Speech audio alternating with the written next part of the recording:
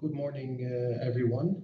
It is 11 o'clock in Greece and 10 o'clock in Central Europe, and it is my great pleasure to welcome you to this third European Year of Skills virtual get-together on sectoral skills intelligence and strategies as drivers of the just transition. My name is Jasper van Loo, and I work at Cedefop as coordinator in the Department for VET and Skills. For those of you who do not know, Cedefop is the European agency that supports vocational education and training, or VET as we say, and skills policy and its implementation. From our premises in Thessaloniki, Greece, we work for the whole of Europe, and we work with the European Commission, the EU member states, social partners, civil society, other agencies and institutions, and the VET sector. Cedefop organizes virtual get-togethers throughout the European Year of Skills. In these get-togethers, we put our evidence on VET, skills and qualifications on the table. We do that to champion skills because they ultimately power just, green and digital.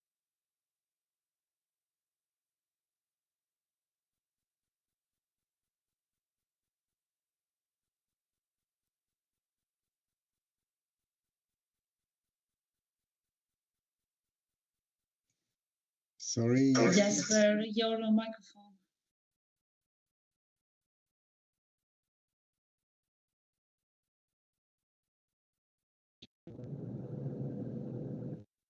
You were muted, Jasper. You didn't hear anything. The last 1 minute. Okay, the last minute. So I get back. I'm sorry, this happened automatically. I didn't do anything. Okay, so let me recap. So we put in these virtual get-togethers our evidence on VET, skills and qualifications, on the table, and we do that to champion skills because they ultimately power just, green and digital transition. But we also do that putting evidence on the table to discuss trends and challenges with you, an audience of policymakers, practitioners, experts, sectoral stakeholders, and many other partners, because partnership means progress. One of our key messages in the European skills is that skills develop best when people connect and work together in skills ecosystems. As with any event, I'm sure you're used to it, we have a couple of housekeeping rules, and they should appear on the screen right now. So first, if you have not done so, please name yourself. First and last name, country, or organization. Second, webcams will automatically be disabled and you will be muted throughout the meeting. But that doesn't mean you cannot interact with us and ask us questions. You can use the chat function to do so, and you can interact via Cedefop social media channels. You can also use the chat to contact our support team should you experience any technical problem. At Cedefop, we take continuous improvement seriously. So that's why at the end of the event, we will ask you to take 2 minutes to complete an evaluation form. A link will be shared in the chat. Finally, this event is being recorded so that people that were interested to join today but could not make it can watch it via our YouTube channel afterwards.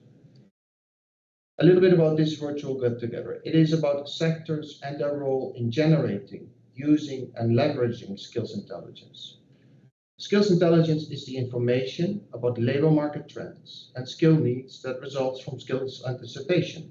It can be based on surveys, employment forecast, foresight, and also real-time data from, for example, online job advertisements.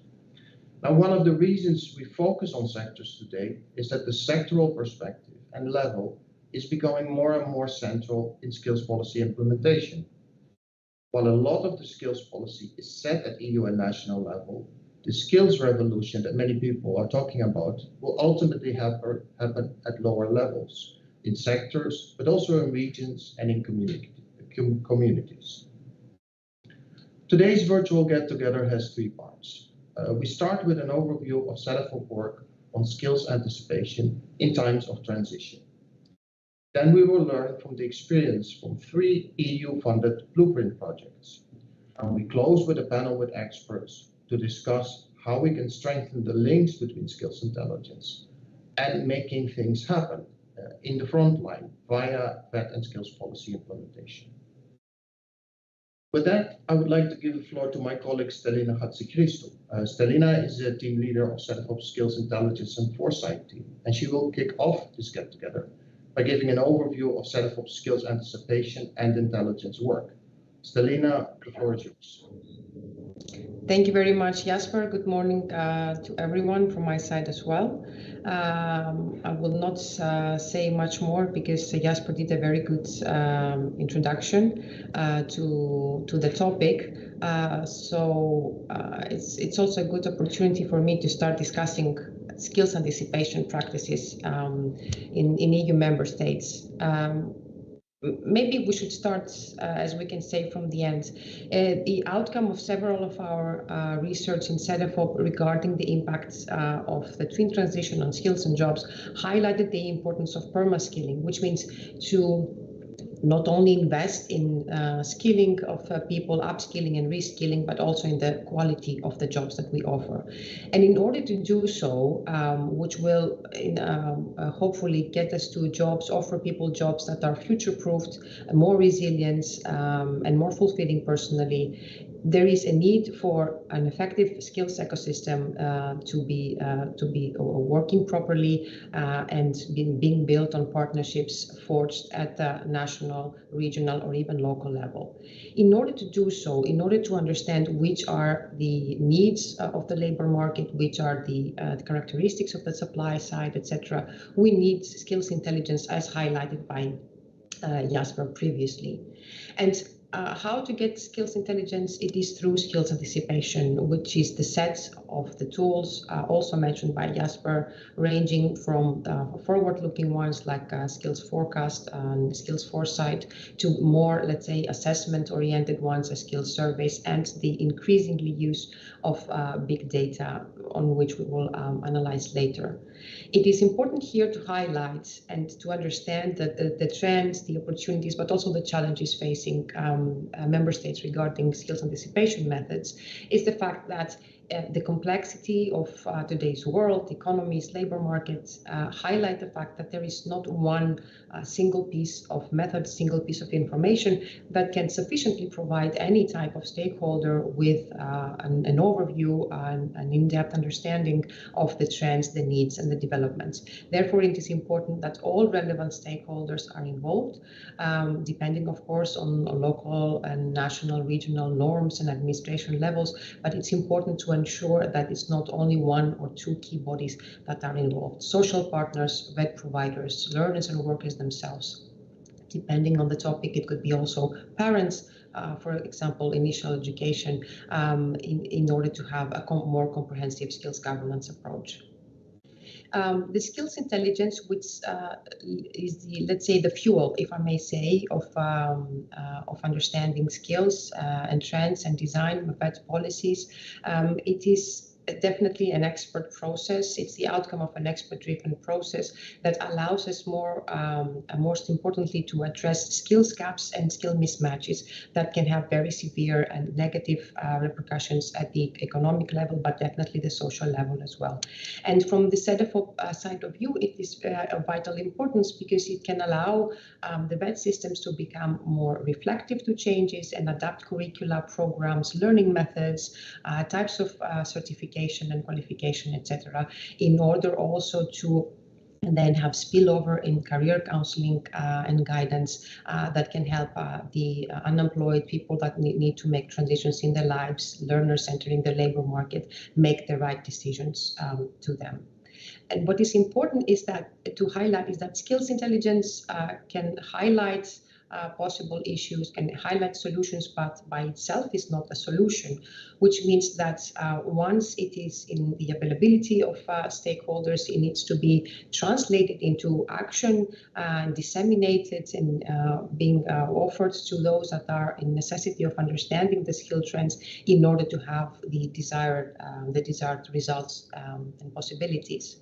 So what do we do here in Cedefop? In Cedefop, we take the approach of the skills intelligence by blending the results and the data from different projects and tools that we have.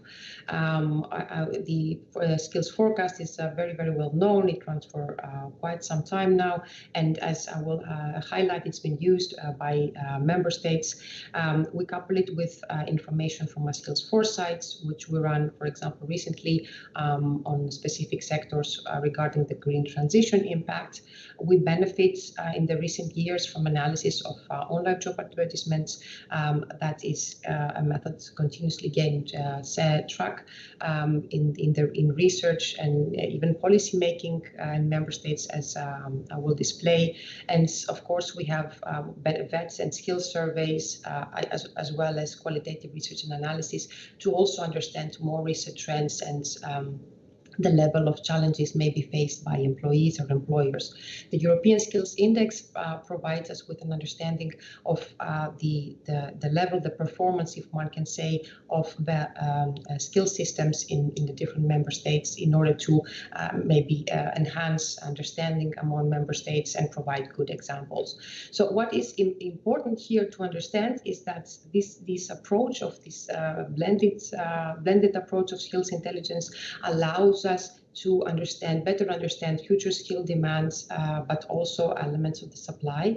And most importantly, now that the twin transition is affecting all occupations and sectors and creates, of course, bottlenecks and stresses labor markets, but also communities, it is important that such an approach allows us to see some emerging skill trends and some demand for new occupations, and therefore provide this information to the policymakers for taking action. Very quickly, as you can see, and this PowerPoint will be made available online, so I welcome you to click and learn about the guides that Cedefop has developed regarding specific skills anticipation methods. And we are working now on developing a practical guide more targeted to what we can call green skills anticipation, so anticipating skills relevant to the green transition. Taking it more to the broader level, as said earlier, about skills governance, we have gained in-depth understanding from projects with specific member states.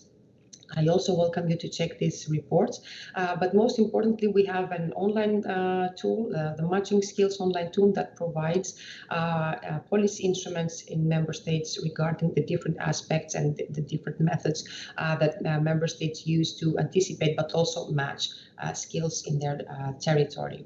The information presented right now will come from data insights, which are short reports on skills anticipation in member states. And what we do in these data insights is that we collect information from literature, but also from the ReferNet network that Cedefop benefits from, in order to understand what are the key stakeholders, the way that methods are being used, the way that maybe challenges are there regarding funding, resources, etc. I really welcome you to go through it. Now, in order to link the analysis of the skills anticipation methods used in member states with the overall skills governance, where it could actually provide into the analysis uses the Cedefop's framework, skills governance framework, that had been developed for our work with the member states. And what is important to keep in mind just for this presentation is the complexity of a skills governance approach and the importance of very different elements, from organization and legal institutional framework to reputation to feedback and validation, etc. So what does the analysis show us until now? Regarding the organization of the skills anticipation in member states, it remains more or less centralized. It's usually one stakeholder that leads the key methods in place, and it's usually the Ministry of Labor. But of course, this varies among countries.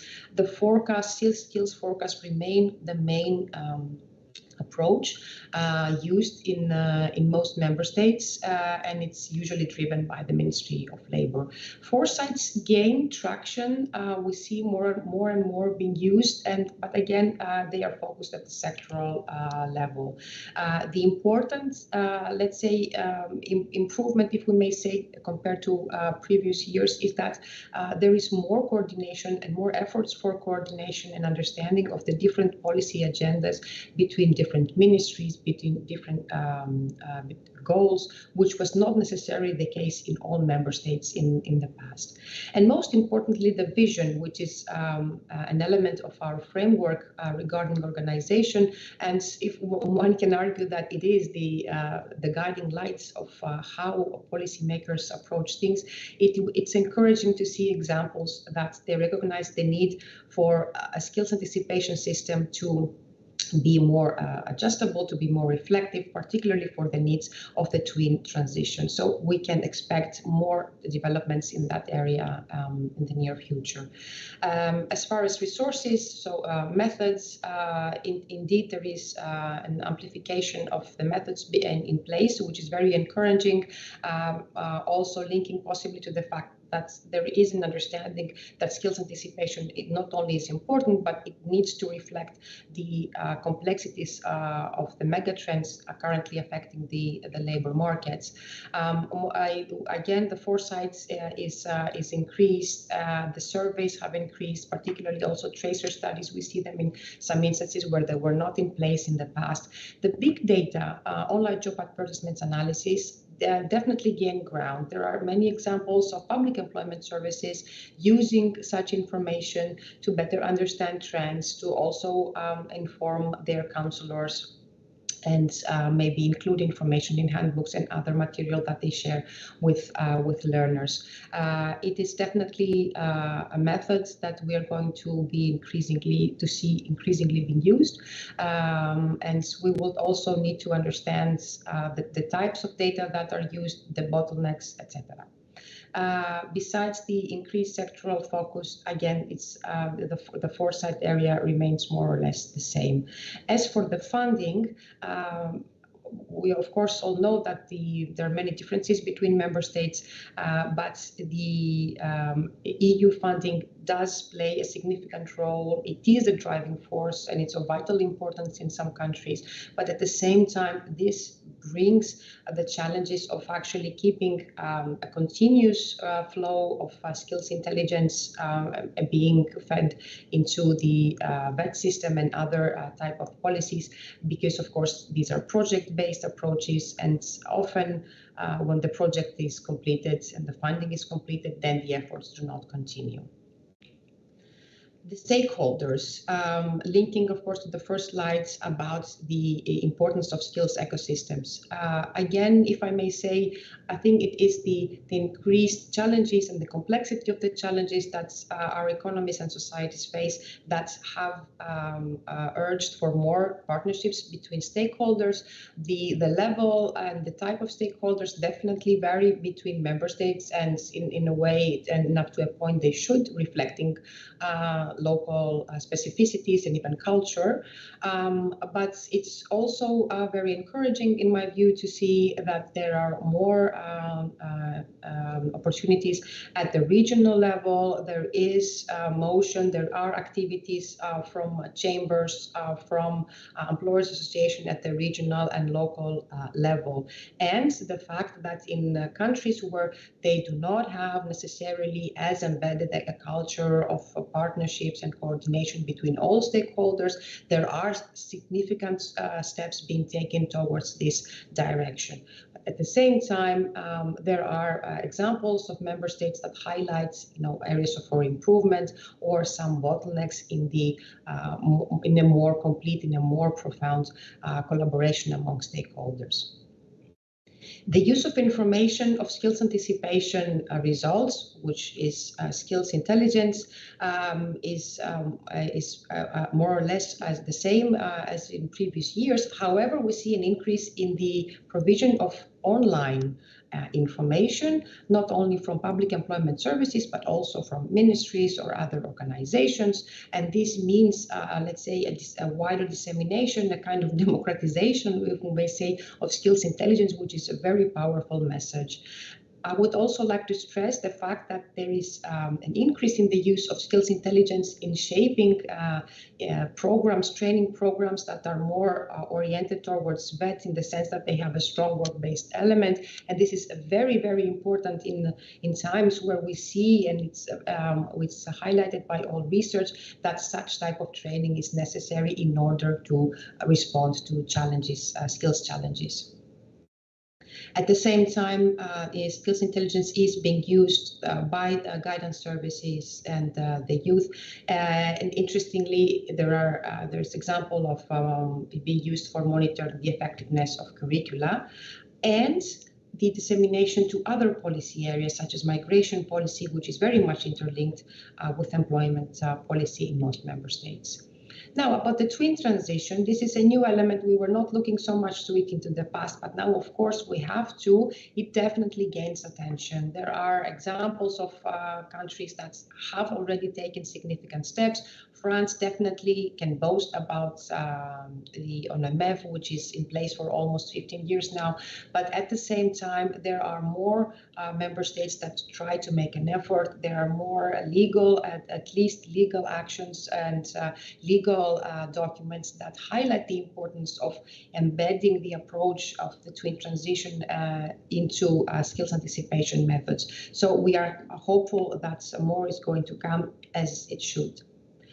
Now, leading to a conclusion, I think all the above key messages link very nicely to the matrix that's we have developed in Cedefop regarding the European Year of Skills, and how, which are the pillars, which are the key elements and the key messages that can support EU policy makers and stakeholders move towards the skills revolution that is necessary in order to not only reach the digital and the green transition, but also a fair and inclusive transition. And what you can see is that the three pillars of upscaling, better and adult learning, innovation in governance, and better matching skills and jobs are can be differently implemented at the policy, systemic, and implementation level. But at the same time, it is the same principles, one can say, with the ones that we saw now for skills anticipation. So definitely it's time now to implement what we already know. And for skills anticipation methods, there are many good examples at EU and regional and local level that other countries and regions can be inspired by.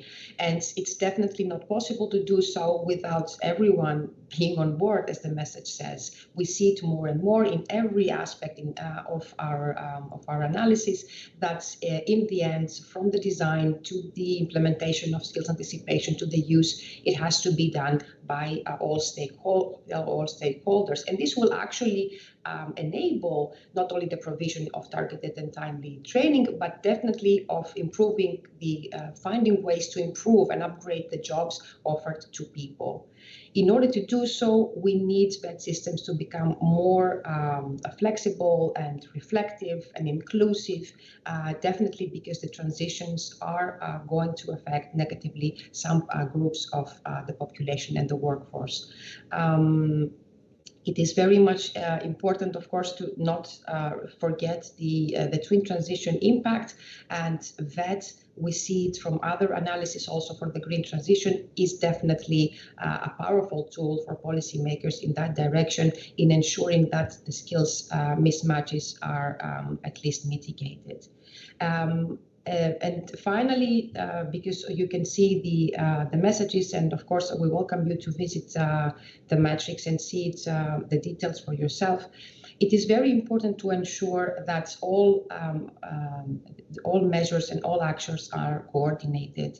So in order to get the skills intelligence translated into actionable steps and ensure that vocational education and training, particularly continuous one, CVET as we call it, is offered as quickly as possible, but in high quality, adjusted to learners' needs, etc.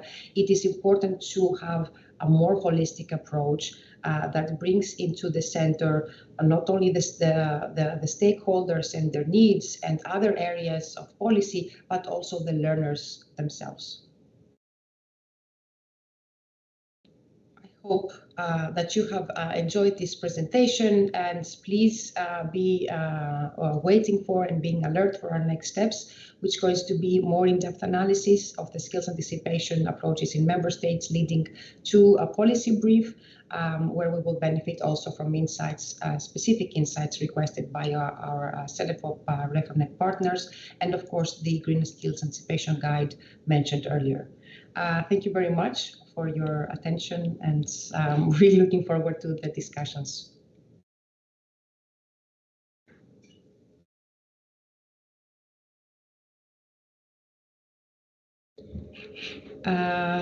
Thank you very much. So now it is time to move forward to our two speakers. It is indeed my great pleasure to have Mr. Rino Vitelli from the NTG, the Blueprint project that's really delved into the tourism sector. And it's a great pleasure because the Blueprint projects have offered us with very interesting insights about the sectoral level. And the tourism was one of the first wave blueprints, so their experience and wisdom is very sought after. So, Mr. Vitelli, please. Thank you, Selina. Is it possible to share my PowerPoint file? Thank you.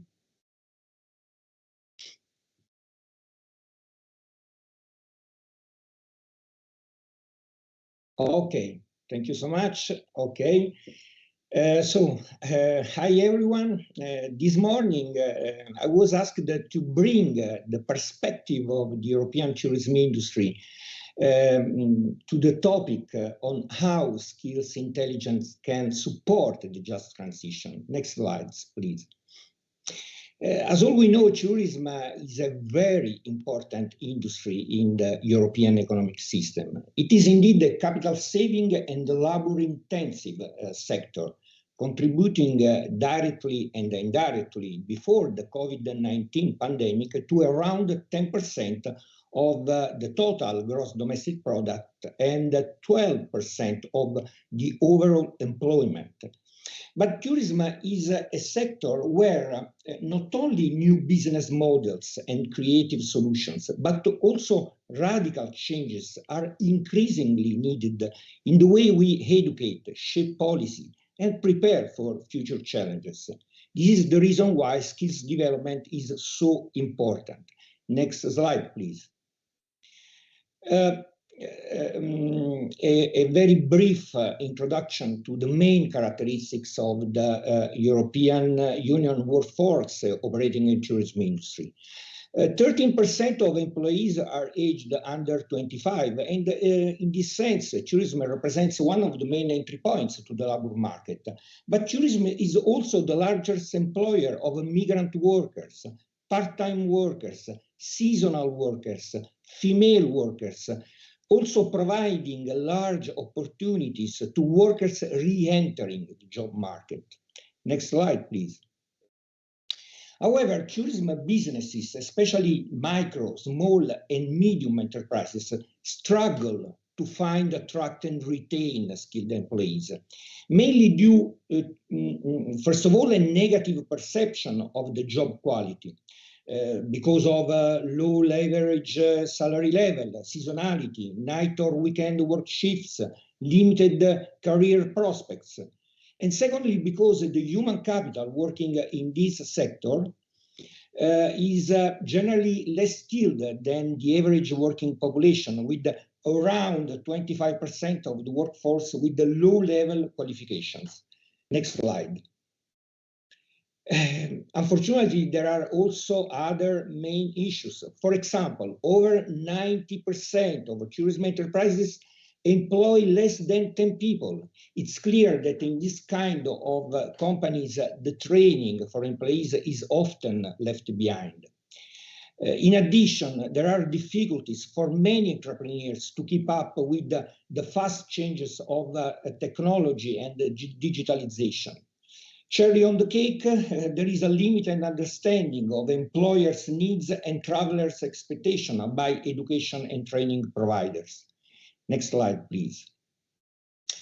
So it's clear that the European tourism industry needs specific investments in the skilling, upskilling, and reskilling of its workforce. Next slide, please. This is very interesting. According to research realizing 2030, the next era of human-machine partnerships carried out by the Institute for the Future for Dell Technologies, 85% of the jobs in 2030 have not yet been invented, and the ability to acquire new skills will be more valuable than knowledge itself. Next slide, please. These estimates clearly indicate a significant trend towards disruptive changes in the coming years, when the relationship between man and machine will become even deeper and more immersive. And every enterprise, even and especially in the tourism sector, will have to become a digital enterprise in order to survive. Next slide, please. So what have been the response measures that the European Commissions have taken to face and overcome this situation? Well, there are two main kind of initiatives. The first one is the blueprint for sectoral cooperation on skills, with the setting up of 14 sector skills alliances in the leading industrial ecosystems of the European economy among businesses, education and training providers, professional association, chamber of commerce, and other relevant stakeholders in the tourism sector. And on the other end, the Pact for Skills that promotes a joint action to maximize the impact on investing in upskilling and reskilling, calling on social partners, public authorities, employment agencies, education and training providers to work together, making a clear commitment to invest in training. Next slide, please. Regarding specifically the sector skills alliances, the two blueprint projects selected and funded by the European Commission for the tourism sectors, that are the Next Tourism Generation Alliance and the Pact for Next Tourism Generation Skills, the acronym are NTG and PANTUR, carried out three main tasks. The first one, build a skills intelligence and monitoring system to continuously identify the existing skills and address the future skills needs. The second one, to improve the relationship between tourism enterprises, educational systems, and governments. And finally, to provide employers, employees, trainers, and students with a wide set of tools and modules. Next slide, please. So we are going to the heart of this presentation, the skills intelligence and monitoring system set up by the NTG and PANTUR projects.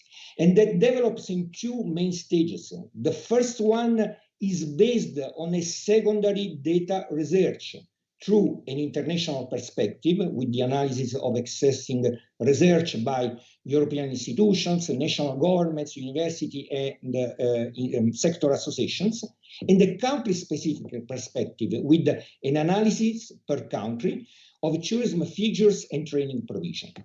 The second stage, instead, is based on a field research, structures on two levels, a quantitative one through online survey, and a qualitative one through interview with experts and best practice analysis for upskilling, reskilling, and attracting or retaining staff. Next slide. About the survey design, it's important to highlight that for each of the project partners countries, we required at least 250 participants for a total of more than 2,000 feedbacks. The questions are related on currently existing versus future required levels of proficiency. And finally, the target groups are different from company managers to head of HR departments, from directors of sector association to experts in skills development. Next slide, please. All the data processed at the continental level with the surveys are then constantly monitored and updated at the local level by a wide network of national and regional skills partnership, with the participation of the main territorial tourism stakeholders operating in tourism, in the tourism sector, and giving their contribution to the identification of the main trends in the sector and in the anticipating of the future skills needs. All this methodology is supported by the collaborative governance framework developed during the NTG project. Next slide, please. Well, but what are the skills sets analyzed with our skills intelligence systems? Those increasing employability and supporting both transition and resilience of the sector, namely digital skills, green skills, and social skills. Next slide. About digital skills, the demand for this kind of skills is growing 6 times faster than any other skills. An NTG Europe-wide survey found out which are the skills most lacking in the tourism industry. Well, the top 5 skills with the biggest gaps to be bridged are all digital. And in the first place, artificial intelligence and robotic skills. Second place, skills related to virtual reality, augmented reality, and metaverse. Third place, data analytics, business intelligence, big data skills. Then website development skills, and finally computer programming skills. Next slide. However, as tourism is a service industry where technology is applied in a human-centered context, luckily a smart combination of information technology and socio-cultural skills will be needed also in future to build a relationship, enhance tourism experiences, drive product personalization, improve interactions with customers, deal with online opinions, reviews, news, fake news, and so on. Please. Next slide.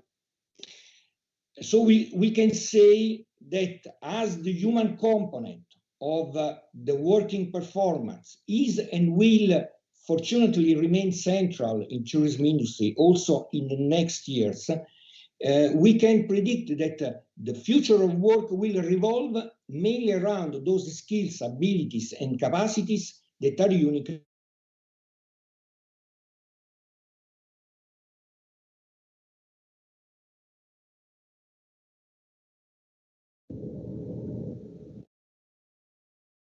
Mr. Vitaly, can you hear us?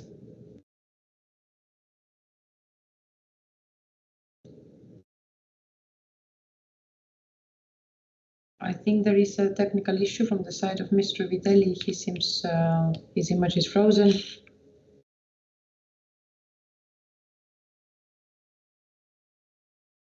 And he cannot hear us. I see that he cannot hear us. Oh, that is a shame. Suggest Reno Vitelli to rejoin the meeting. Yes. Could you please? I don't know if he's. Apologies, everyone, for this. It's a unforeseen technical issue.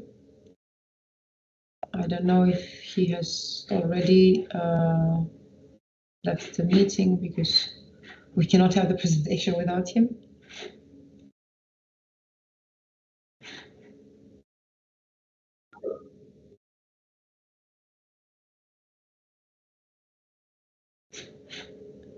Apologies for that. If Mr. Vitelli will not be available, Stelina, then we maybe can- while we're waiting, maybe we can ask the audience if there's already some questions, maybe for your Yes. presentation. I Yes, mean, this we can use the is- time for that.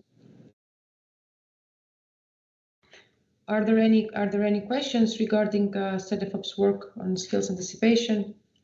Or comments or ideas. Oh, of course, yes. Until we resolve this technical issue.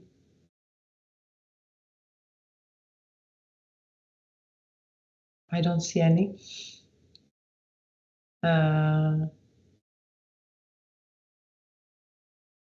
Maybe one remark see. from my side. Yes, I think I like the presentation very much, and it shows a bit that Cedefop is very much focusing on the member state and the national perspective.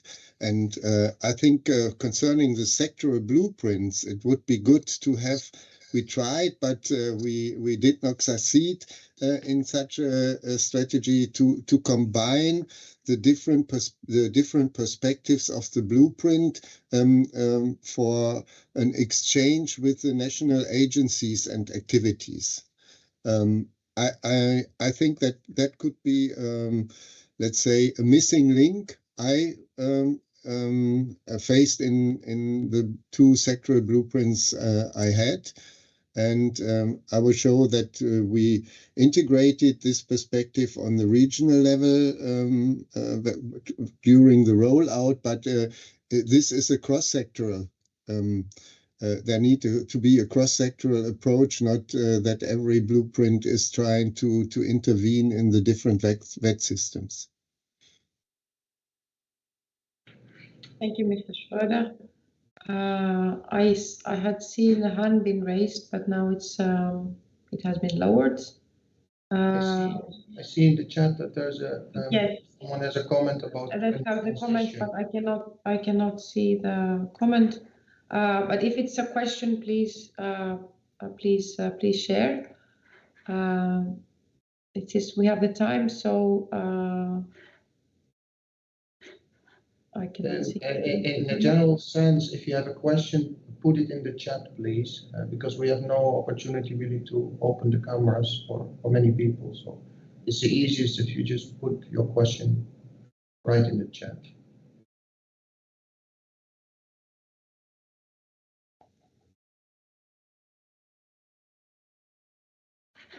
In the meantime, is Mr. Vitelli back? Okay, what is exactly the twin transition? Okay, it's a good question. The twin transition, I mean, Europe faces many different transitions. The twin transition is really the term that is used to, it's actually two transitions that are actually very much related. So it's digital transition, which means digitalization, the move towards artificial intelligence, etc. And then the green transition, the other part is the move to more sustainability, reaching carbon emission targets, things like that. But I mean, sometimes we talk about twin transition, but actually we could also say triple transition, because another major transition is the demographic transition that Europe's gone through. That has huge impacts because we see the population getting older, so also the core workforce basically becomes smaller. So transition is also, you know, a lot of, you know, it drives a lot of our work, because we're looking at these trends. I mean, some of them we know about them quite a long time, but now they're really, you know, accelerating and speeding up because of companies trying to become more innovative, because of policy for green, for instance. So they are basically what drives change in the labor market.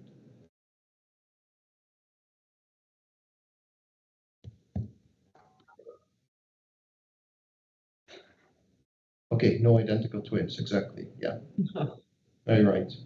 Selina, maybe we move to the next speaker. Exactly. I see that this problem seems to be quite persistent.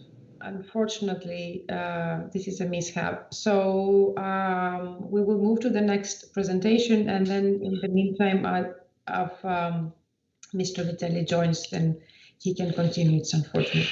So again, I'm very glad to welcome Dr. Schröder that will provide us with his insights from two Blueprint projects. So this is very fortunate to have him here from the steel sector and the industrial symbiosis. So a pure, let's say, sectoral approach and a cross-sectoral approach. Dr. Schröder, please. Yes, thank you very much, Stelina.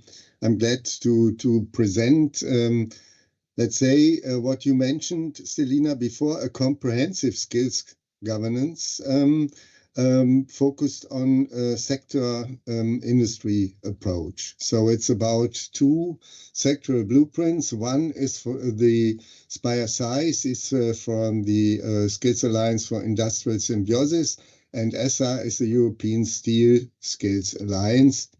So it's focusing on energy-intensive industries, what I have to refer now.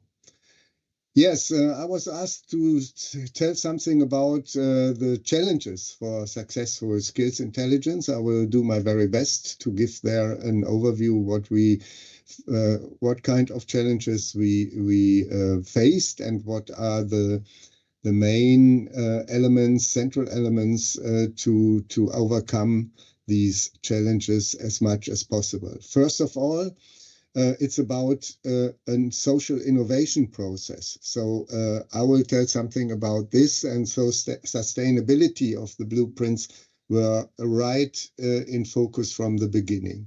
It is we have chosen an industry-driven approach by integrating the main stakeholders of the sectors, and the company requirements were in front.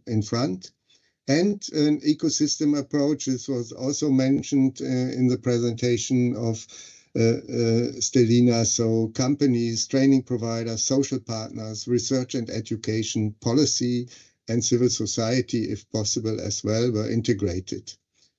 We did the usual foresight activities by surveys, workshops, and desk research.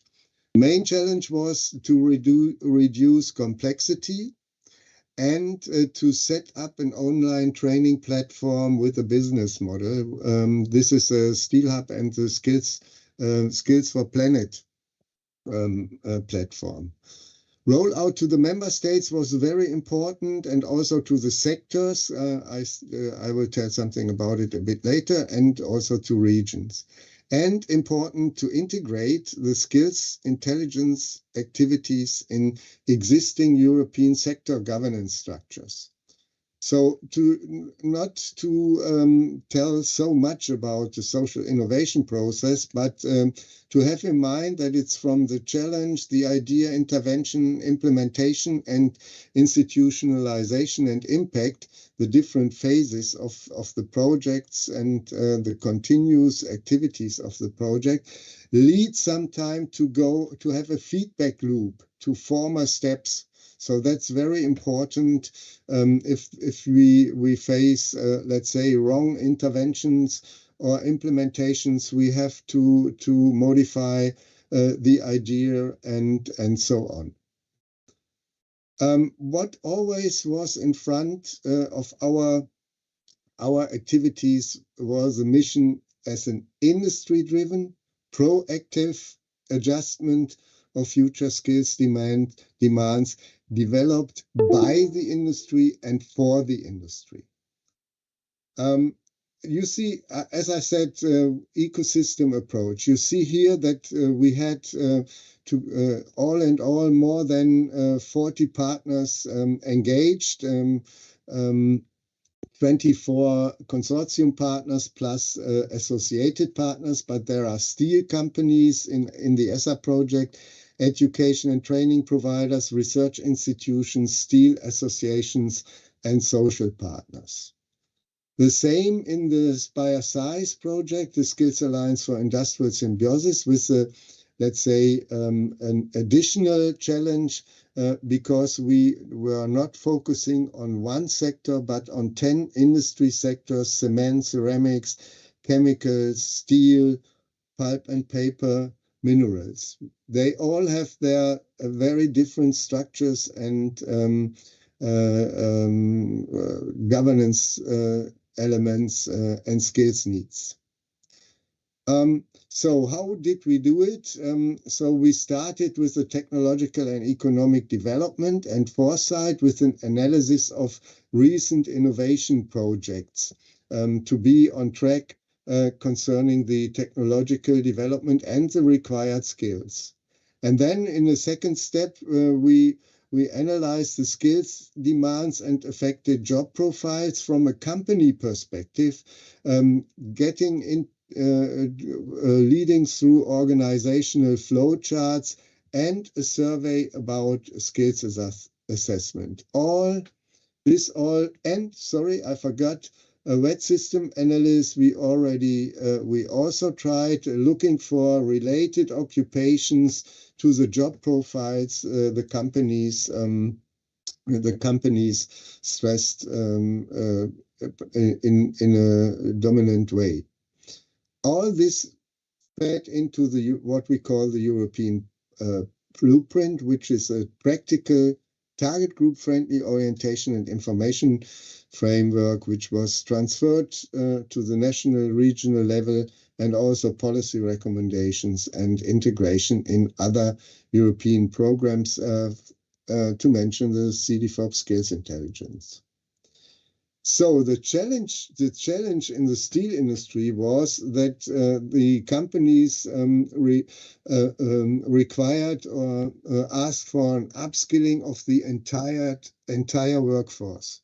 So we had, let's see here, we have the melting shop. We had 26 company areas, so-called family trees, with more than 200 job profiles.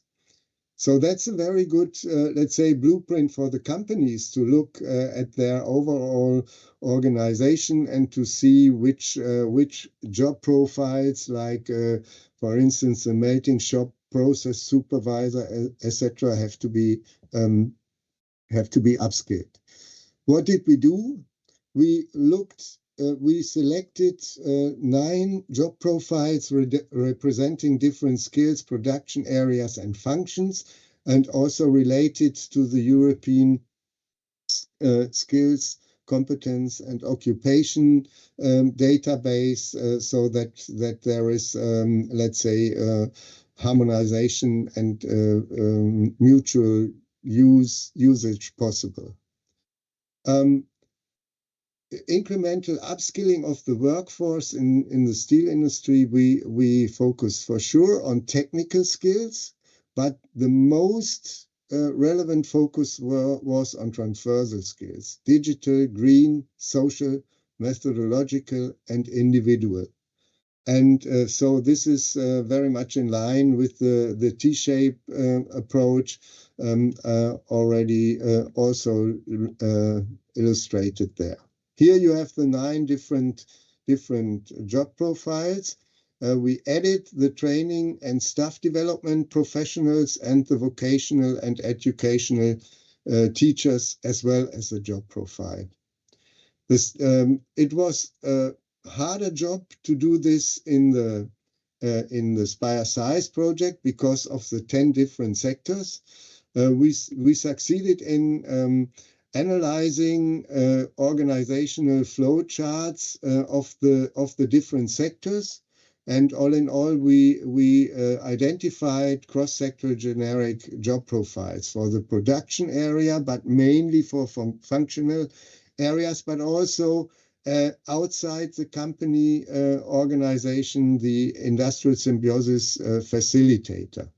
And in this project, we had to integrate the management level and the related operational level. You can see it here on the slides. Okay, now to the challenge of the survey we did. So we focused on a skills assessment, skills assessment by the companies. So the participant were specific job profile experts in the company, not easy to identify and reach, and we needed engaged connection nodes, I call it here, mainly HR managers in the company to distribute it to the different workplace and job profile experts. The translation to different languages were key. But in the end, we had to look, based on the feedback, we had to look on a shorter survey template by reducing complexity, and we will set up now. The project is at its end, but it's still going on, the Alliance. So we are looking for a yearly technology and skills radar open for any experts. And this will be followed, and we did it in the project as well, by an expert workshop discussing these results much more in depth. Very important was also to identify specific national and regional skills needs. So we had 9 rollout activities in Europe, sometimes with a series of 4 workshops in a country. And we reached more than 140 additional stakeholders with it. And there the unions, the national unions, but also public authorities came much more into play. And let me just finish with a few words on our online training ecosystem, Cedefop. Cedefop is also a training ecosystem which allows to analyze skills intelligence continuously. We are integrating different skills, expertise, but up to now it's mainly used by the industry and the training providers and the individual users, and but we are open and looking also for participation, let's say, of vet systems players. A few are integrated already, and also governance. So what we have 4 different elements which are important. I will only focus now on the skill directory. This is a skill and knowledge directory representing the current and future training needs, and a capability assessor to deliver the solutions to organizations, but also individuals in a customized path for their activities. Last slide, I just said that we integrated our skills intelligence in existing European governance structures. So it's in the ESSA project, which is finished, but the Alliance is going on. It is run by ESTEP, the European Steel Technology Platform, the European Steel Association, and Industrial, the European Trade Union. And the 3 elements I described, the foresight panel, the Cedefop online training ecosystem, and the regional training ecosystems are in place, and they will be run by a European Steel Technology and Skills Foresight Observatory, and a European community of practice we are establishing now. And mentioned also before by Rino Vitelli, the Pact for Skills. We founded with these 2 sectoral blueprints the large-scale partnership energy-intensive industries, and on Thursday we will have there our kickoff meeting. So thanks a lot for your attention. I'm open for any questions. Thank you very much, Dr. Schröder. I think given the, let's say, the technical issue by Mr. Vitelli, maybe we can take questions from you. And I see he is in. Okay, so may I suggest that, because we have 15 minutes more until the panel, that we dedicate now time to respond to questions addressed to Dr. Schröder. And then Mr. Vitelli will kindly take the floor and the reply to questions to him, so we don't mix it more. Very nice seeing you again, Mr. Vitelli. I'm sorry that you were disturbed. Thank you, Selina, and sorry for the sudden accident. I had an energy blackout in my area, so Oh, I'm so sorry. no, but it's not definitely not your fault. So I hope you. I can resume my presentation for the last slide. Is it okay for you? I was, in order, we were waiting for you, Dr. Schroeder presented, so because he just finished, it was very good timing. I suggest that we get the questions for Dr. Schroeder, and then again, you resume your time and you have your dedicated questions, so it's conceptually cleaner, let's say. Okay, so Dr. Schroeder, I cannot see you. There is a question that will also be addressed also to Mr. Vitelli later from a participant asking about the certification.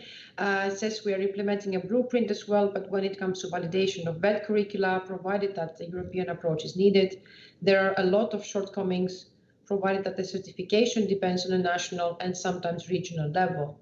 I would be curious to know how the validation process at EU level has been undertaken by the other blueprints. If it is possible to give a succinct response to that? Or? Yeah, yes, the certification of the trainings is very much related to our Steel Hub. And we have, let's say, a practical solution. So there will be certifications by the training providers, may sometimes or often also companies which integrate that training. And there is also it depends a bit on the training mode. There is also the possibility to get a certification by the experts from the Steel Hub platform. But it's let's say it's integrated. It's an integrated part, and all the participants get a feedback. And so there is also a possibility to rate the training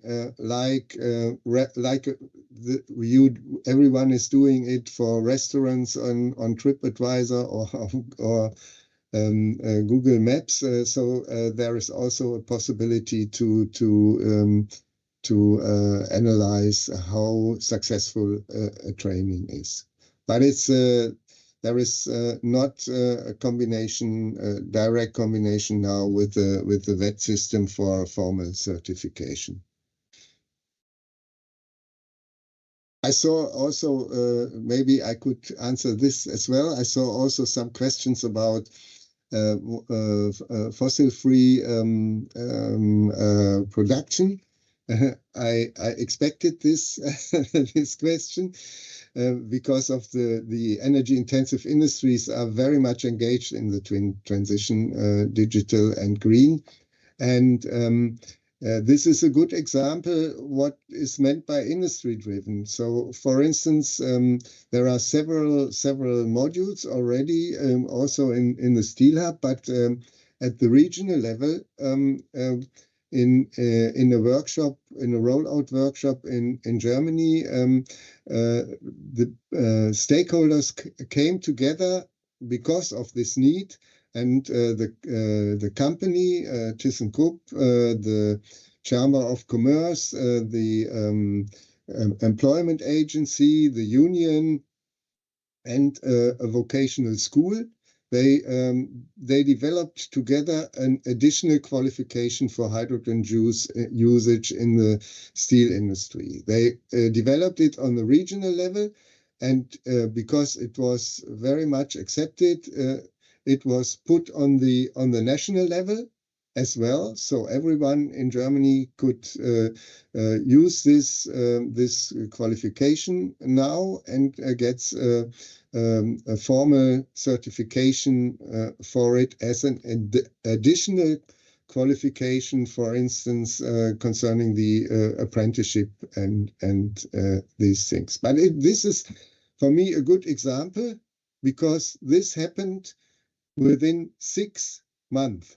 So we started discussing it with our national agency, and they have a 4-year project concerning hydrogen usage and skills, etc., in different sectors, not only in the steel sector. And this will take 4 years, and the company and not only the companies, the stakeholders at this training ecosystem, they say that's too late. So it's possible, and that's what I meant by industry-driven. Thank you so much. This is indeed quite impressive to develop something so different. It's not like a usual qualification in 6 months. And of course, it reflects, in my view, the way that the national, let's say, partnerships work and are formed for many years. It would be lovely to learn more about this qualification later. So moving forward, there's also information about the project in Finland concerning fossil-free steel, and there is a question suggestion about implementing your study in non-EU countries such as Armenia. And there is a question, if you can see, about the fact that your work focuses more on the industry and continuous VETs, and what about initial IVET and the different VET systems in Europe, if you can see it. Thank you. Then we have to move on. Yes, a few words about IVET. To be honest, because we said it is industry-driven, we did not focus too much on IVET, even if we had it in our this perspective in our work package. So we focus very much on CVET and the possibility to combine digital and on-the-job learning, etc.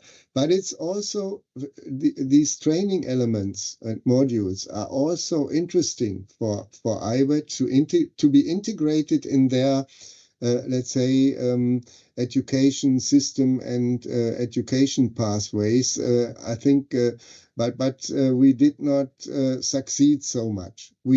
For sure, we are not don't have the resources and forces to change the curricula of the VET systems. We can only influence them, and this was very much, let's say, appreciated during the national regional rollouts. But this is, let's say, would be another project and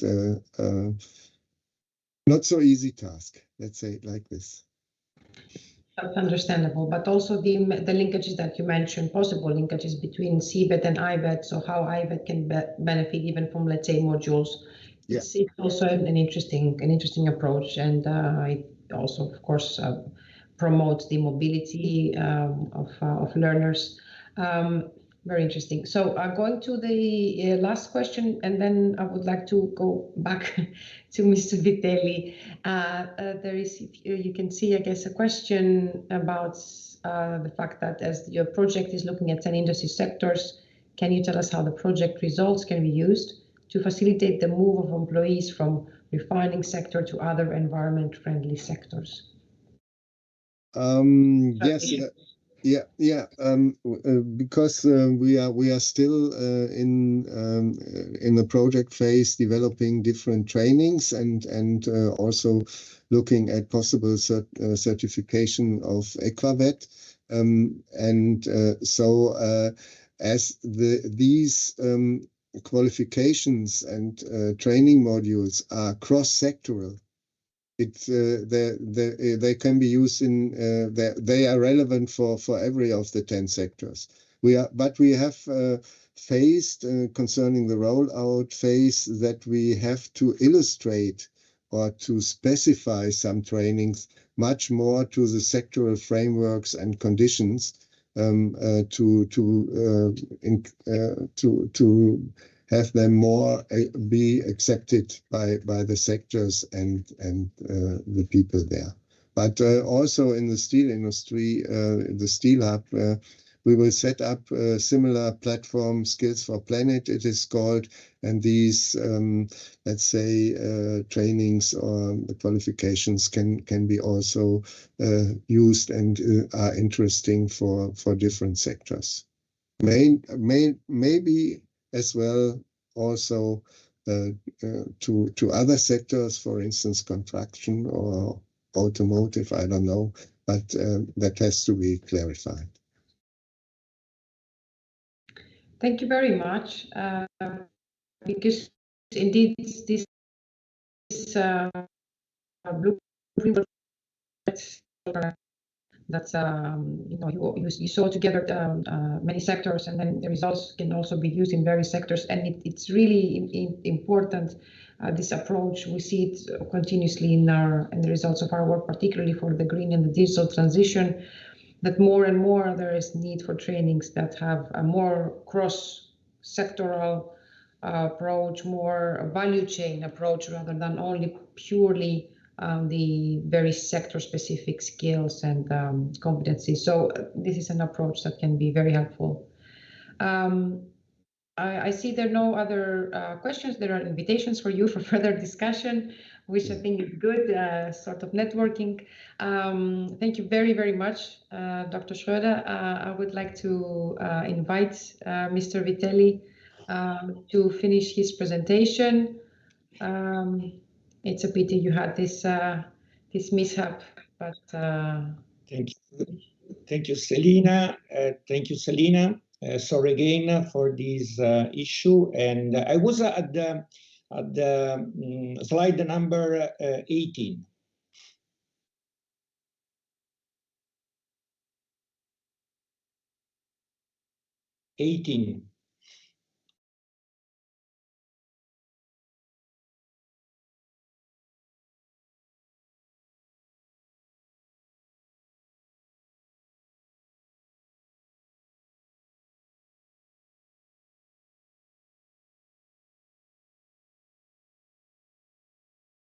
Okay. So I was talking about the main skill sets analyzed with our skills intelligence systems. The skill sets are those regarding digital skills, green skills, and social skills. And what I said about the smart combination of information technology and social cultural skills gives me the possibility and the opportunity of introducing the theme of the social skills that are those relational and transversal skills to develop skills often innate, difficult to be taught, but nevertheless essential to work successfully in this sector. And this is the reason why we talk about high tech with the human touch. Next slide, please. Finally, regarding green skills, it's important to highlight that in the past years, we are witnessing a shift from a nice-to-have approach to a need-to-have approach, with all tourism employees now involved, and not just those operating in environmentally oriented routes. Next slide, please. I'm going toward the conclusion, highlighting that bridging the main gaps detected in skills needs is not the only challenge that awaits the employers, the tourism employers, in the coming years. In fact, one of the most serious problems the tourism industry is facing in this post-pandemic phase is finding human resources that are not only enough skilled, but also fairly motivated. And you know that in an industry as tourism, already affected by a high rate of staff turnover, we have also to consider now the dynamics arising from the so-called YOLO economy. YOLO is an acronym that means you only live once. And there is a definition very interesting because it describes the trend, especially among the millennials and Generation Z to make drastic changes in their professional lives, sometimes even leaving their current job to seek a new solution with the greater flexibility. So the next slide, the last one. The main challenges employers have to face and overcome in the next years will be, first of all, a sustainable employability with the need to take care for career prospects, health and well-being of the human resources, also in light of an increasing participation in company life and decision. The second challenge is regards the education and lifelong learning, with the need to ensure a growth mindset among staff, in which learning new skills, capabilities, competencies is not a sporadic activity, but a permanent activity.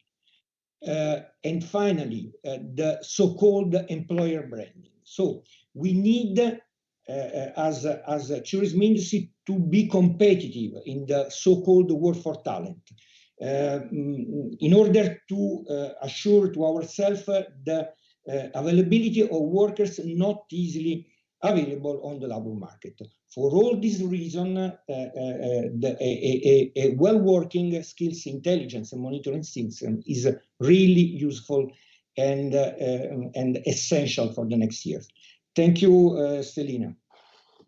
And thank you all for your listening. Thank you very, very much. Thank you for picking up where you had stopped. It was not easy. I think we are free time. Maybe there is time for one quick question. For example, there is someone faster than me.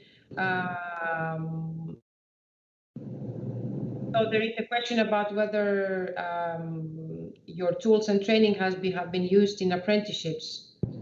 In particular, either by companies that offer apprenticeships in tourism or by training providers. If you can please respond to that. Thank you. In the final phase of Next Tourism Generation Alliance project, we have tested our tools, our training modules, both in universities and at training providers courses. And we had a good feedback. Obviously, we are updating this material with the follow-up of NTG project, that it is the PANTOUR project.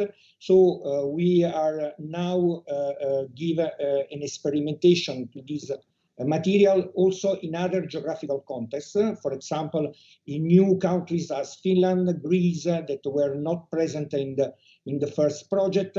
And up to now, the feedback is good.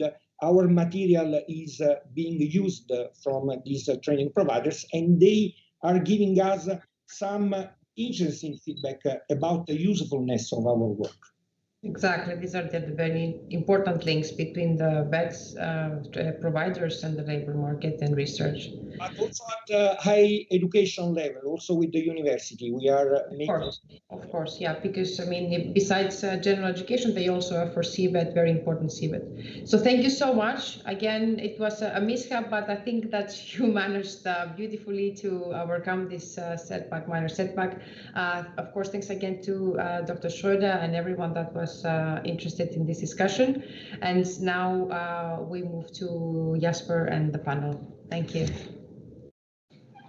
Yes, thank you, Stelina, and thanks to both speakers for quite fascinating presentations, really showcasing, what is already happening, what is possible, and also, confirming really this idea that the skills ecosystems approach is really the way to go into transition.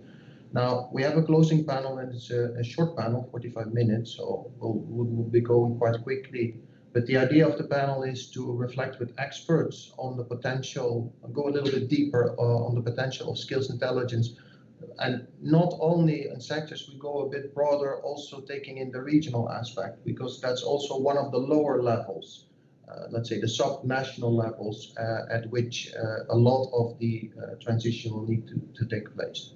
So we will have 2 rounds in this panel, and I would like tech support to spotlight all the panelists, if that's possible.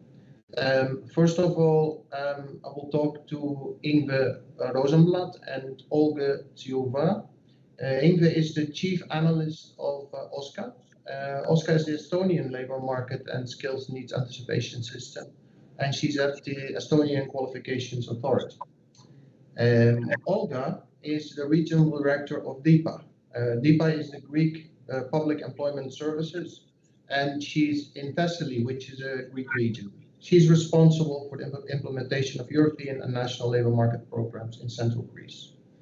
And then, after we finish talking to Ingve and Olga, I will turn to João Alves and Arthur Dammers to discuss a little bit more deeper what it actually takes to move from skills intelligence to action policy implementation in the context of green transition. So João, first of all, is a cooperation projects and certifications area coordinator at ATEC, which is a training economy in Portugal that is set up by the automotive industry and the German-Portuguese Chamber of Commerce and Industry, and is supported by the Portuguese government. Arthur works as a policy advisor on renewable hydrogen and skills at Solar Power Europe. First of all, thanks to all of you, welcome, and thanks a lot for joining us today. So I would like to start with Ingve and Olga to discuss sectoral and regional aspects of skills intelligence. And my first question is actually to Ingve. So in Estonia, we know that you have several years of experience of using the sectoral approach as really a design principle in your skills anticipation system, OSKA. What do you see as the main advantages of working this way? And maybe you could also reflect a little bit on what turned out to be challenging and how you are addressing that. Thanks. Very happy to share the Estonian experience. First, shortly about how the OSKA sectoral skills anticipation studies are done. The sectoral studies are one of the main components in the Estonian skills anticipation system, and in each year we take around 5 sectors into in-depth analysis. So we go both on the demand side and the supply side. So first we estimate the skills demand from the job growth and labor flows, and also the skills supply from schools, training, migration, and as well the skills quality. And so based on the match of the skills and labor supply and demand, we formulate policy recommendation like to schools, employers, policymakers, and our anticipation horizon is 10 years in advance. And what we also do is we use a mix of quantitative and qualitative methods. So in addition to statistical data and desktop research, a large body of stakeholders as well as sectoral experts are involved. So a sectoral expert panel is formed for each study. And we also do extensive interviews with sectoral experts like employers, schools, employees. We have group discussions on the study outcomes, challenges, mismatches, and possible solutions.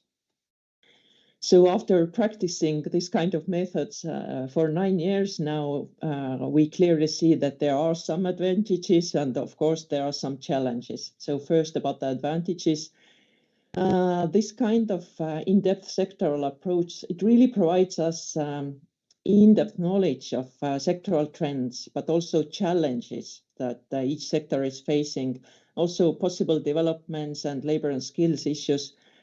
So in our experience, it seems quite difficult to anticipate job and skills growth and match in a sector without this kind of insights. And also, I think it allows us to make much more detailed and better addressed policy recommendations as we talk them over the stakeholders already during the study process. But of course, there are challenges like this kind of approach is quite time consuming. It usually takes us approximately 12 months for a team of 2 researchers to conduct a study plus a few months for dissemination. To address this, we have added more flexibility into our study methods. We hold maybe more group discussions and less individual interviews. We do interviews over the web. We also use some written questionnaires to gather information quickly. And also, instead of a very extensive report, we have now turned to more maybe shorter but better targeted outputs. And of course, this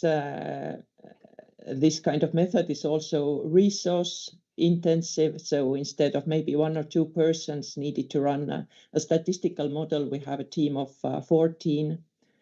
And then sometimes the sectoral experts might have maybe too narrow view of the possible solutions.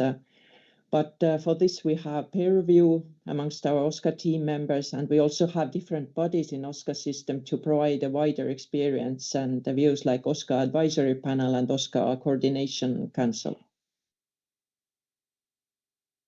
Okay, thanks very much. You really well explained, how, what is the core of how your system functions. I would like to go a little bit deeper into, this idea of shaping feedback loops between the labor market and education and training. Now, you can use a skills anticipation system in different ways. I mean, you can regulate, you already mentioned, you can disseminate, but also an important aspect is reputation building. So if you would have to say where's the focus in Estonia, what would it be and why?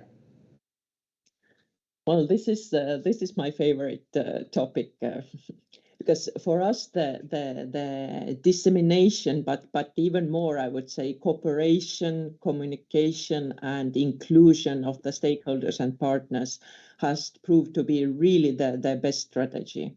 Like the employers, schools, and policymakers are involved in our OSCA study process from the very beginning to the end.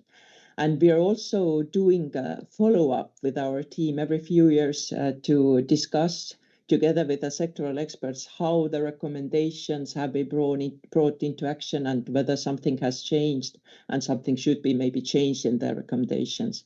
But of course, the good reputation is also necessary to build trust and motivate the stakeholders and sectoral experts to cooperate in the first place. But also I have to say that the regulations are useful and sometimes necessary to bring the study results into action. So OSCA has had from the very start a clear aim to support policymaking and offer the widely usable data. And OSCA Intelligence provides input into several regulations, like the management contracts with the universities, the commissioning of study places in vet education, also active labor market policy design, or the large up or reskilling projects Estonia is having right now.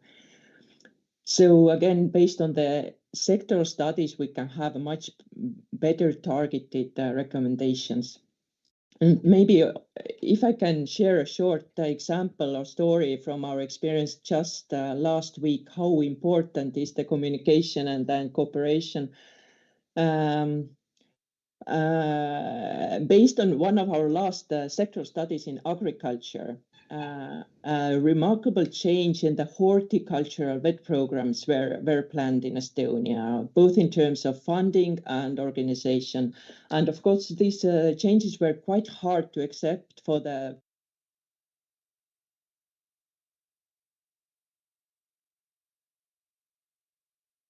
So to solve this contradiction, we had a joint meeting. We went to the school 350 kilometers away, right in the next at the next border of Estonia. And we took the whole day to explain the data, explain the backgrounds and the possible solutions. And I have to say that in the beginning of the day, we were quite like Shakespearean, Montecchi and Capuletti, not very friendly. But by the end of the day, we ended in quite friendly terms, and we found together the promising solutions. So we once again learned that the communication is the main thing if you want to have the study results brought into action. Thank you very much, and especially I like that last example because it really shows that it's not enough to just have the information out there. I mean, you can achieve much more when you actually talk to people and have an interaction about what these results actually mean. I'd like to turn now to Olga, who's, as I said, working in the public employment service in Greece, and probably also has quite a good image of where this more sectoral aspect meets the regional aspect. So, Olga, I'd like to ask you, Greece has undergone quite some innovation in the past few years when it comes to skills intelligence. Can you share with us what your overall approach is to using sectoral and also regional skills intelligence for education and training and activation policy? Well, thank you so much, Jasper. Thank you so much for the invitation, and very nice to speak from the regional side and not from the governors. We work in frontline, so we have experienced, as you know, a significant economic and financial crisis in my country in 2009, which had a profound impact on the country's labor market and led to a prolonged period of high unemployment. And all the other European countries and the countries all over the world, we faced economic challenges due to the COVID-19 pandemic. And you see, we saw people not only losing their jobs, but losing their hope to find another job. And while we have made several progress in reducing unemployment the recent years, challenges remain. Structural issues such as skill mismatches and regional disparities in job opportunities continue to affect the labor market in Greece. Our overall approach is to develop and use digital tools that will allow us to match sectoral skills intelligence for education and training and activation policy. One of the tools that for collecting data on labor market trends and industry need is a tool called Tableau, provided to us in regional direction by the Ministry of Labor and Social Affairs. Tableau helps us by collecting data on labor market trends, industry needs, and skill gaps. We can use it for analyzing employment statistics, job vacancy data, and for conducting consultation with employers and industry associations. Additionally, we have an information system about the profile of the unemployed people, and also for active employment programs provided by the General Directorate of Employment and DIPA in Athens, which gives us the opportunity to identify the needs of the job seekers and to propose the development of labor market policies by monitoring and evaluation of the effectiveness of these policy programs. The Greek Public Employment Service, DIPA, with approximately 1 million people, and the population in our country is 10 million people approximately. We have 1 million people registered as job seekers. So we have to try to have the data such as age, gender, education background, soft skills, needs of training, etc. We are like, I keep telling an example where like doctors, we know the situation, but we have to go further. We know the age, the background, the education background, the economic background, but we have to need to focus more in data collection and analysis, sectoral skills mapping, align with education and training program. We have to do targeted training initiatives, active labor market policies to monitor and evaluation the programs. And also, like Ingrid said before, we have to communicate and collaborate with private partners and social partners and to promote lifelong learning. I think that's what we do now and what we want to do. Yeah. So very interesting. Estonia and Greece. So, okay. And maybe you could also give us an example of a program that support digital transition, green transformation, and maybe you could also tell us, when you could wish for things, what would be on your wish list when it comes to regional skills intelligence? In other words, what would you like to have, but that's currently not available? And do you see also maybe the ways to get to those wishes?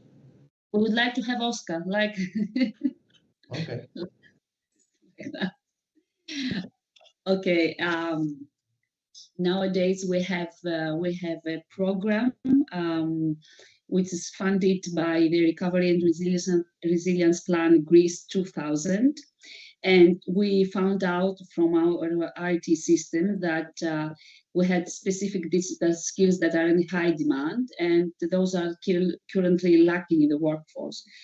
So nowadays, 120,000 unemployed people and 500 employees are training in the fields of digital and green transformation.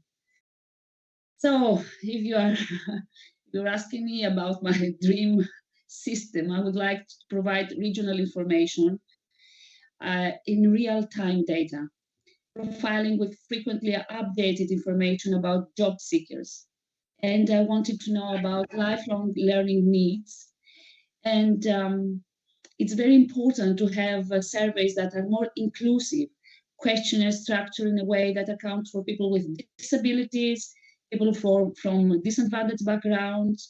And as I said before, it's real need to collaborate with the private sector, with companies, with social partners, and to talk each other, and also with Cedefop. Great. That's fascinating. I would also actually like to give you the opportunity to ask each other a question. Inge, would you have a question for Olga? Yes, definitely. I'd like to ask about the twin transition, or the digital transition and green transition, and the readiness of the labor market for these transitions, because both bring inevitable changes. And what we see in Estonia is that there are great differences of how people are equipped or ready for the changes, because definitely some will lose their jobs, some will have to find a new job, and everybody have to learn new skills. So what is your view of how these changes are accepted by the Greek employees and also the employers, the companies, the managers? Yes, very difficult. They are afraid of the change, yes, and they resist the change. This is my conclusion after working all these years with trying to change mindsets. Okay, talking from the part of the employees, it's very they're afraid of the job security. They think that when something going to change, they will lose their jobs. Oh, they feel very, very afraid. And job loss due to automation and digitalization can be very traumatic for employees.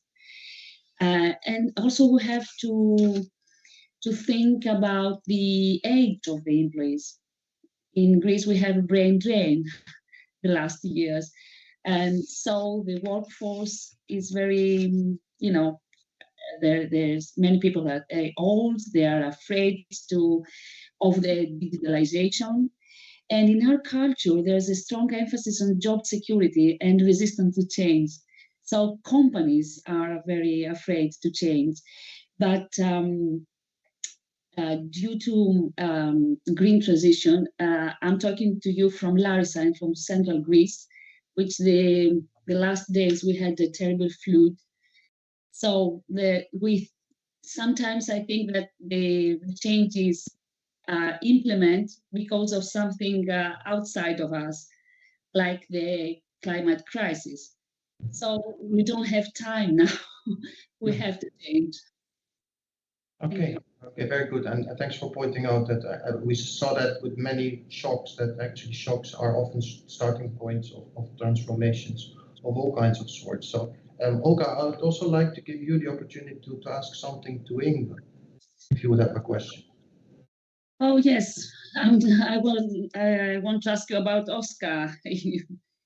And Estonia is a pioneer in digital transformation. In 2015, as you said, you had Oscar. Do you think that we can Greece implement your system? And what do you think we have to focus in order to implement in a successful way? Well, I think as the situation is slightly different in each country, so the skills anticipation methods also should be somewhat tailor-made for each country to serve the country best. But certainly there are maybe elements in the Estonian system that has proved valuable and could be implemented. First, like the strong cooperation and the involvement of the stakeholders and yes, the companies, the employees. But also the mix of qualitative and quantitative data and methods, and this has proved really good. But maybe about what we need to focus on. Well, the world is changing so fast, and the labor market is changing so fast. So definitely we need to add more flexibility and more agility. So instead of this maybe comfortable focusing on occupations, we have to go more into granular skills and skills, mixes skills, combinations. And also on the supply side, we have to move to flexible, maybe short and fast reskilling possibilities instead of long curricular and courses. So we have to be flexible, and we have to be changing and constantly learning, as well as the labor market has to do so. So you see possibilities to take some of the success drivers in OSCA, to another context, but that doesn't mean that you can just take one system and put it somewhere else, if I summarize it quickly.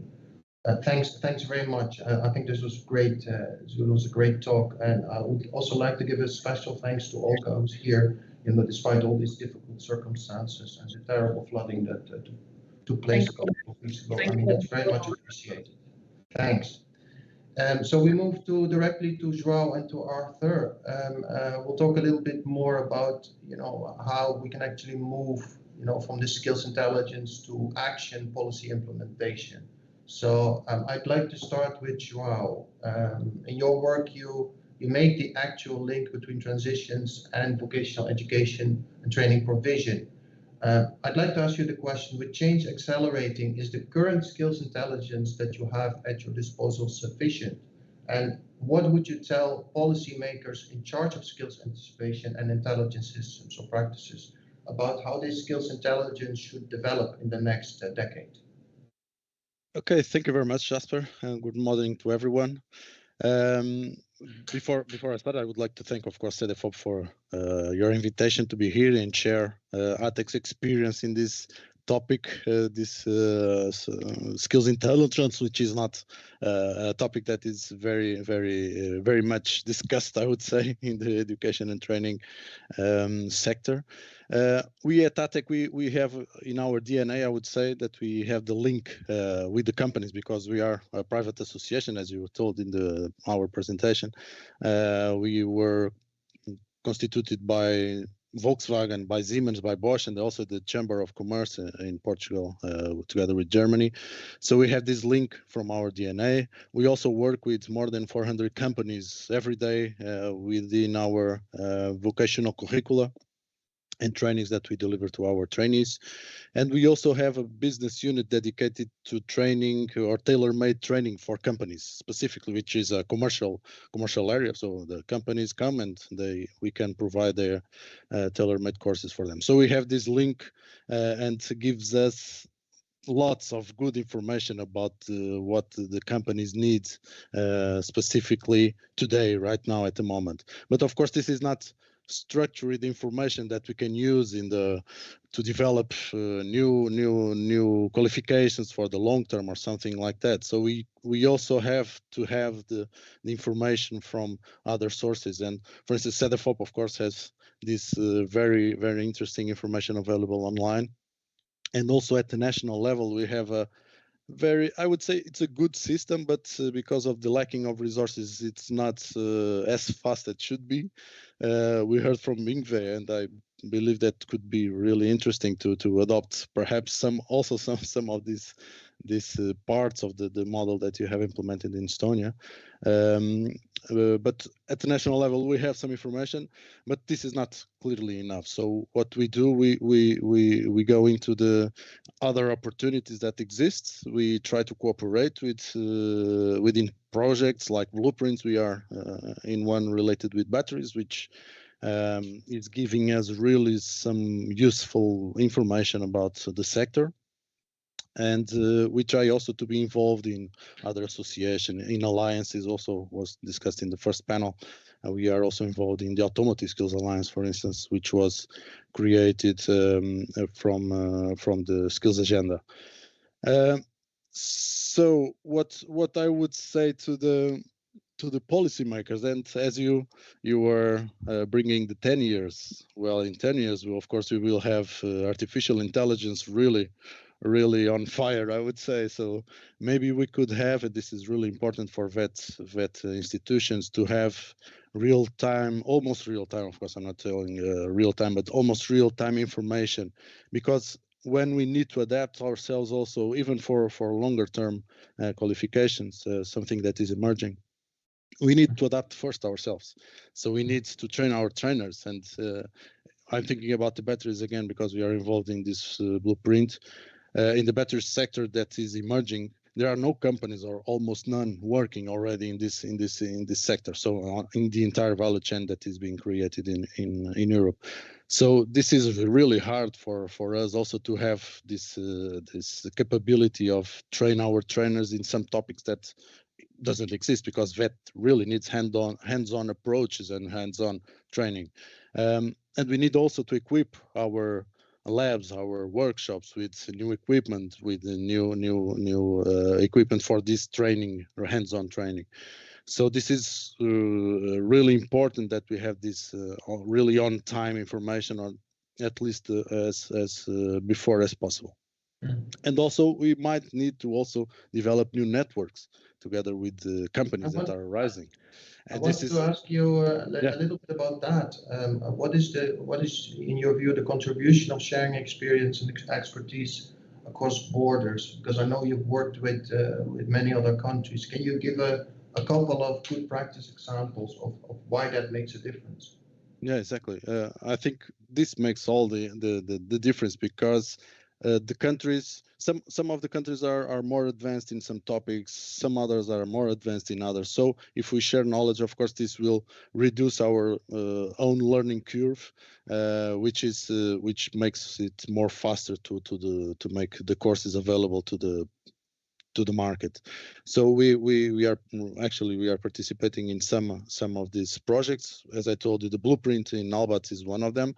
But 10 years ago already, we participated in another Erasmus project. So Erasmus here is really a very interesting tool for vet providers to use, because there are plenty of funding to this kind of topics. But already 10 years ago, we participated in a project related with electric vehicles. So now this is quite common, of course, but 10 years ago it wasn't. But it gave us the tools, the knowledge that we needed to anticipate the needs from the market. So we developed some new courses. The dealers, the repairers for the automotive, when they got the first electric vehicles, they could already have some training available in the market. And with this Albat is quite the same, in a more robust way, because this is a blue project. So we are developing really skills intelligence. We, as vets, we are not exactly cooperating on that part, but we are cooperating on the education and training part. But we have really profound and very, very deep analysis on the job roles. We know, for instance, that the entire value chain needs 600 new job roles for the batteries. We know exactly which skills this job role needs. So this is really good information that is allowing us also now to develop some new training to be available also to the market. And we are bringing all this knowledge now into the national situation, regional situation, using also national schemes to make and renew and make new qualifications into the national catalog of qualifications. So this is how, this is how we try to contribute a little bit also with this internationalization. But about the internationalization, I think VET should clearly know what they want. They should clearly have a specific strategy that leads them into the right way, and not just going because it's nice to have. Okay, so this is important also to focus when we go to think about what we can or where we can contribute and cooperate, to be clear in our ideas and have a clear strategy for it. I think it really shows from what you're saying is that, you know, part of it is also to have this scouting role, you know, to be quite early, to see things that are coming up, and then, you know, just to be in line and, you know, to see the trends before they're really starting to happen around you. I think that's a crucial point that I take away from what you're saying. I'd like to move to Arthur. Actually, and this is a little bit more about, let's say, another aspect, which is skill shortages. Now we know that solar skill shortages actually, you know, potentially could even threaten EU targets that we have for instance, carbon reduction, etc. Do you think that the solar jobs we actually have right now are actually attractive enough? And are we also using skills intelligence enough to have an impact on the demand? So are we promoting job quality? Are we promoting working conditions? So it's a bit more from the demand side. If you could say a couple of things about that. Yeah, thanks a lot. And thank you very much for the invitation also. I'm really glad to be here. So I work on a couple of things as you presented me earlier, but this week is all about jobs and skills at Solar Power Europe. It's so important for us. We've termed it the Solar Jobs Week. We're doing a lot of communications, a lot of events on it. So this week is perfect to talk about it for me, just to say. So thank you very much. Yeah, we're actually launching our jobs report today with new data. So it's something we can also announce to everybody. We know that the challenge is kind of twofold, and indeed a huge challenge potentially for the targets as well, as you said. So it's a challenge of quantity. We just need a lot of people, a lot of new people to be in the markets, to recruit a lot in the solar sector, and we need a lot of quality. So it's a new sector for the people that are working already in electrical engineering and installations. They are going to see new stuff coming in their way, and so they need to be continuously trained. I think I heard the term perma learning or perma training. I don't know about that. Yeah, lifelong, whatever you call it. We need to train all our life. So yeah, to give you a number right now, we have 650,000 workers in solar, 650,000 in 2022. Because the sector is so much growing, it's really a J curve. We installed 40 gigawatts last year. It's going to be even more next year, and next year, and next year. And what the data allows us to do already now is to see where we need to prioritize. We're going to need people everywhere that we know, but where exactly are they most urgently needed? I think it's really important to know with the data, the intelligence we have, because who are the bottlenecks? What needs to be done quickly? For example, we need a lot of electricians, electrical contractors to install the solar panels on solar roofs. And if, you know, right now, according to the country, it takes 3, 4, 5 years to become a fully trained electrician. And we don't have exactly that kind of time to launch the transition from now. So I think there's a lot of challenges in making sure we make the best use, the most efficient use of the people we have now, while also continuously training new people, communicating on it in schools, making sure that's all adapted to recruiting new people into also an evolutive sector, which is evolving everywhere, in homes, in utility scale. So yeah, that data would be very, very useful in increasingly to prioritize. We need more to understand the situation a bit everywhere locally, because we're doing this at the EU level, but we really need to understand it better everywhere, in every region, how it's going. We know there's different standards, different trainings, different everything everywhere. So we need really localized data. And yeah, I mean, we're also asking the governments to do the same efforts, because with the renewables directive, among everything else. They are asked to harmonize and do regularly the reporting on skills, and making sure, you know, in their ECPs and every document that they put out, they have enough people and enough people with the right training and skills to carry out the transition that they're targeting. So those need to go hand in hand all the time. Arthur, could you say also a little bit about this attractiveness issue? I mean, are the solar jobs attractive enough, and what can be done to make it more attractive for people, and not only young people, but also for adults that might need to change occupation, for instance? Yeah, you're right. And as I said, if it's not attractive enough, there's a lot of threats in the number. We have delays of installations already, and we just need a lot of panels to be installed. In the quality itself, I think we need those solar panels to be installed with really high quality of installation, really safety standards. And that's really important for the entire value chain relations we have, you know, to avoid issues with the insurers, avoid issues, just safety issues in the houses, for example. We also know we have issues with movement of workers, so new standards must be developed across the EU. And if on the attractiveness, I think it can be made more attractive. There's a lot of different solutions made a bit everywhere in Europe. Once again, some of them, for example, are recruiting with very high pays, and I think you know, that's kind of a really old history, but that's always very attractive. I really want to highlight the fact that it is not attractive enough from school from a young age, and that's also an education policy.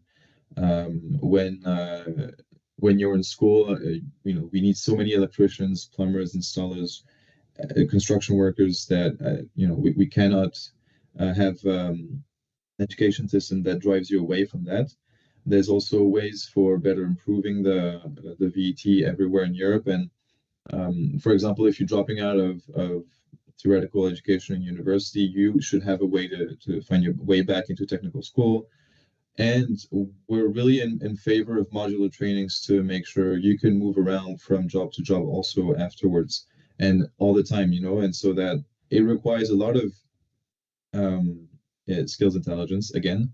But essentially, we need a lot of transition from the fossil fuel sectors and other sectors, and that must be made attractive and fast, you know, and easy in a way that it's tailor-made for them. They don't have to start over from zero and do 5 years of studies and come back as an electrician from scratch. So yeah, still a lot of work to be done. We're working on that, and we're going to have to work on that later also, because we have our renewable energy skills partnership, and we have a chance to apply for a blueprint as it has been talked about earlier for other sectors.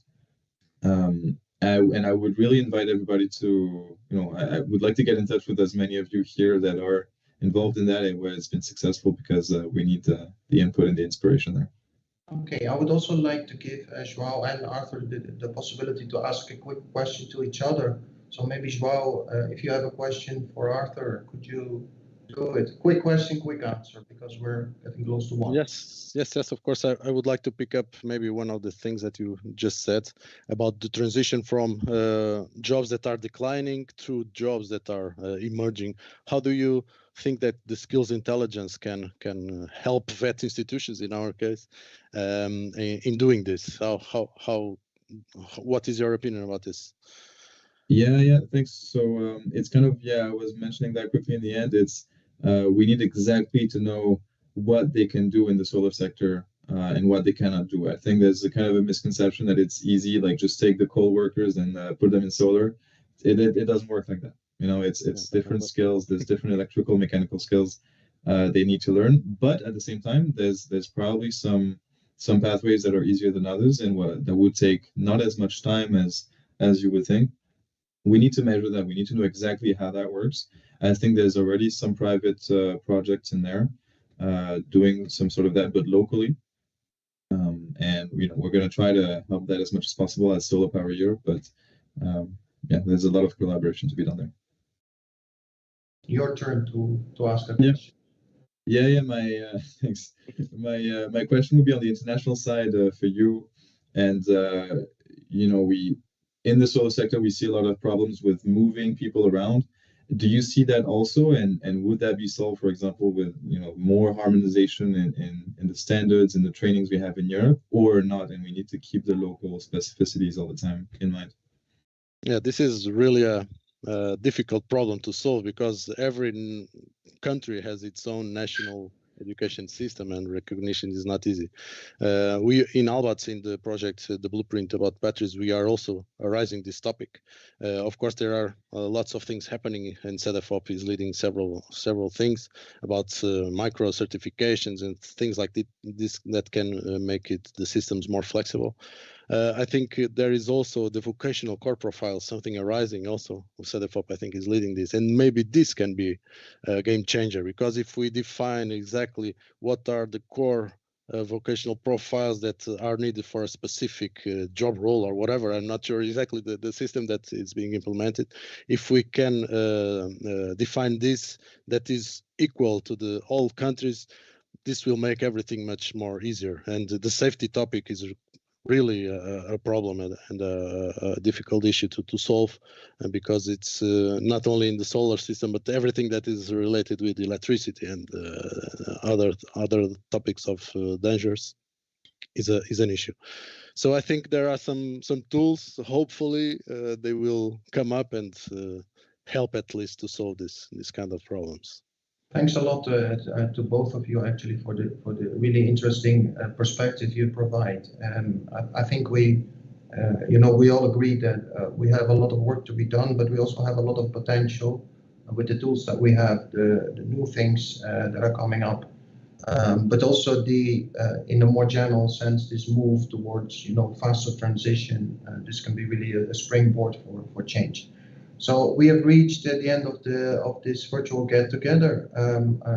I'd just like to wrap up, which is just as a quick warning, it's not a complete summary, it's impossible in 1 minute. But I would like to take away 3 points. The first one is that basically, we showed the vital role of skills intelligence in twin transition, and the need also to keep working on making it more actionable, more flexible, and more focused on skills policy implementation. And we're not here talking about the skills intelligence itself. Data is very valuable, but we also need to think about governance innovation. It's very important that you have the right frameworks in place, you have the right connections between people in place to make things happen. Second, I think we can safely conclude that we already can see a shift towards more sectoral and regional skills intelligence. I mean, we see it from all over Europe, basically, in interesting projects, promising practices, and this capacity to move closer to the level where it matters. It's also being made possible by new types of data. Think of big data, but also think of foresight, which is becoming really a leading technology, a skills anticipation methodology that's gaining a lot of ground. And the third point I'd like to make is, I think is a good one and a comforting one, is that we do not need to start from scratch. We have good skills intelligence and governance examples and practices all over Europe. We've heard about several today, and Cedefop will continue in this European Year of Skills to put promising skills intelligence practices in the spotlight. With that, I would like to thank everyone, our speakers and panelists, my colleagues at Cedefop, Stelina, Beatrice, Zografia, and our IT support colleagues, and also, of course, all of you, the participants.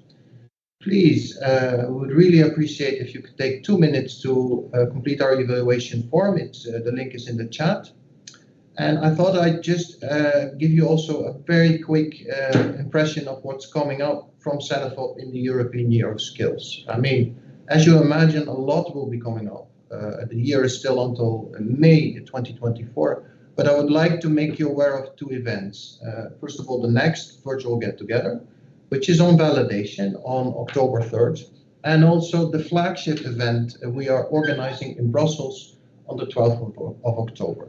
You can visit our website, or you can go to our social media channels for more information.